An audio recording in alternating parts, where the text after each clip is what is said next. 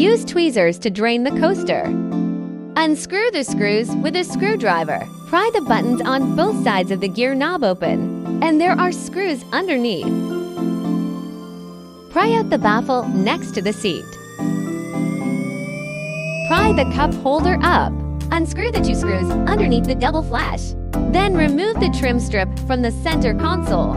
Remove all screws. The screws for the passenger storage boxes were also removed. Take out the main unit with a special tool.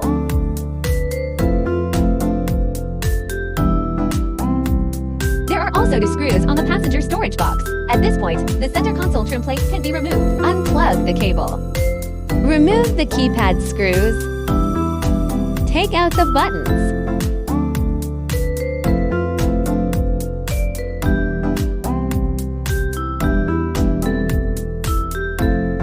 Attach the touchscreen and mounting bracket. Secure the bracket with screws.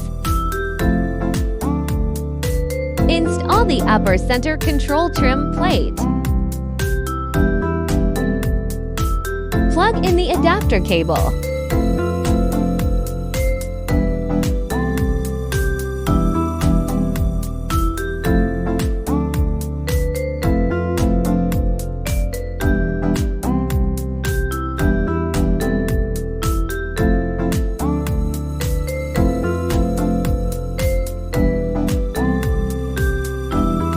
Fix the screen, replace the decorative strip, and the installation is complete.